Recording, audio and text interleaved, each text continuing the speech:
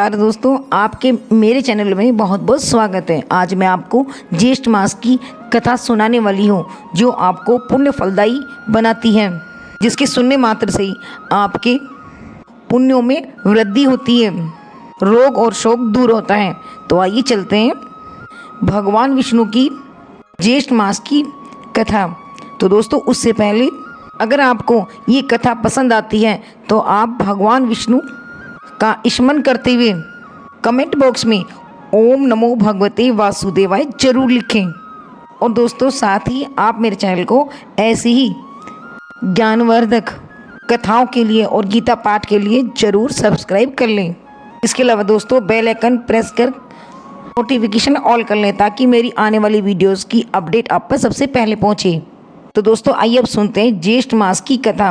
एक बार महर्षि दिदिति ने अपने शिष्यों को ज्येष्ठ माह का महत्व सुनाते हुए कहा कि हे मेरे शिष्यों, इस ज्येष्ठ मास में जल देने का विशेष महत्व होता है। इस मास में थोड़ा सा भी किया गया दान आपके लिए बहुत ही पुण्य फलदायी बनता है। और यह दान बहुत ही मोक्ष फलदायी होता है।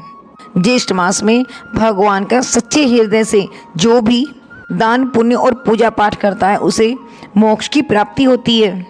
इसके अलावा दोस्तों, ज्येष्ठ माह के देवता भगवान विष्णु कहलाते हैं। इस महीने में अन्नदान, जलदान, भोजन का दान, चंदन दान और हलदान, जूते और चप्पलों का दान करने से शांति प्रदान करता है। चंदन का दान करने से देवता, पितृ और ऋषि प्रसन्न होते हैं। निर्जन क्षेत्र में प्राणी मात्र की रक्षा के लिए जल का दान करना चाहिए। छायादार वृक्ष लगाने चाहिए और प्याऊ लगानी चाहिए।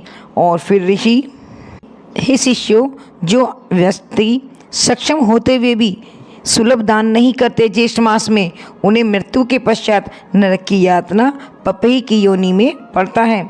इस विषय में मैं तुम्हें एक प्राचीन कथा सुनाता हूँ, तुम्हें ध्यानपूर्वक सुननी होगी।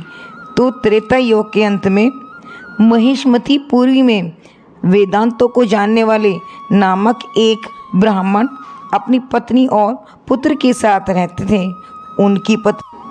उनकी पत्नी का नाम गुणवंती और पुत्र का नाम देव शर्मा था।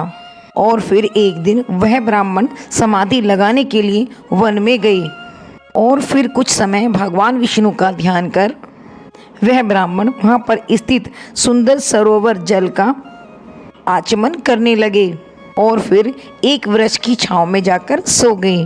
और वह वृक्ष सरोवर के एकदम पास में था। अब जो भी जीव जानवर सरोवर में जल पीने आते तो उस ब्राह्मण को देखकर वो डरकर भाग जाते और फिर वो जल पीने से वंचित रह जाते।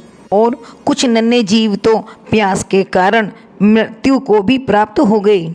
और फिर सूर्यदेव के अस्त होने पर वह ब्राह्मण अपने घर लौटकर आ गए। लेकिन दोस्तों, अनजाने में हुआ पाप भी उनके साथ साथ आ गया।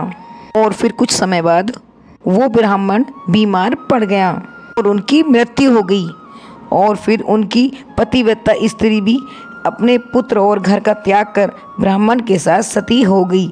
अज्ञात पाप के कारण वह ब्राह्मण कई वर्षों तक नरक की यातनाएं भोगता रहा। और फिर उसने चातकी योनि में जन्म लिया और उसकी पत्नी चातकी की योनि में। और फिर वो दोनों चातक और चातकी की योनि में आकर दोनों अपने पुत्र के घर के समीप में एक वृक्ष पर रहने लगे।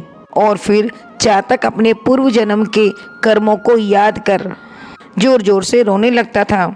और फिर एक दिन उसके पुत्र ने रोने की आवाज़ सुनकर एक दिन उन्हें वहाँ से भगाने और न रोने को कहा। लेकिन चातक का रोना बंद नहीं हुआ। फिर थक हार कर उसके पुत्र ने वृक्ष को ही आग लगा दी।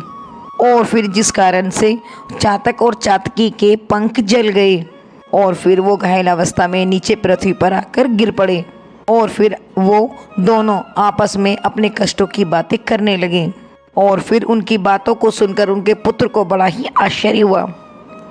और फिर उसने सोचा, ये तो मेरे माता पिता हैं। और फिर वो ब्राह्मण पुत्र श्रेष्ठ ऋषियों की आश्रम में पहुंचा और अपने माता पिता का सारा वृत्तांत कह सुनाया। और फिर उनसे उनके उद्धार का कोई न कोई उपाय पूछा। और फिर तब ऋषियों ने उन्हें बताया कि तुम्हारे पिता पर पूर्व जन्म का अज्ञात पाप है और उससे मुक्ति के लिए तुम जलदान की व्यवस्था करो। तब फिर ब्राह्मण पुत्र ने ऋषियों के कहे अनुसार अपने माता पिता के नाम से निर्जन वन में एक प्याऊ लगवा दी और वहाँ पर आने जाने वाले पशु पक्षी व्यक्ति सभी पानी को ग्रहण करने लगे। और उसके इस पुण्य के प्रभाव से उसके माता पिता चातक और चातकी के योनि से छूट गई और फिर वो अपने पुत्र को सुख समृद्धि का आशीर्वाद देकर वैकुंठ लोक को चले गए। तो दोस्तों, इस प्रकार ज्येष्ठ मास में जलदान का विशेष महत्व बताया गया है। तो जो भी मनुष्य प्राणियों, पक्षियों और जीव जंतुओं को जलदान करता है, यानी कि जल की व्यवस्था करता है, उसके पितृ शांत होते हैं और इस लोक में वह सब सुख भोग कर वैकुंठ को जाता है। और अब जय हो भगवान विष्णु की। अगर ये वीडियो पसंद आई है तो कमेंट बॉक्स में जय भगवान विष्णु जरूर लिखें। जय विष्णु भगवान।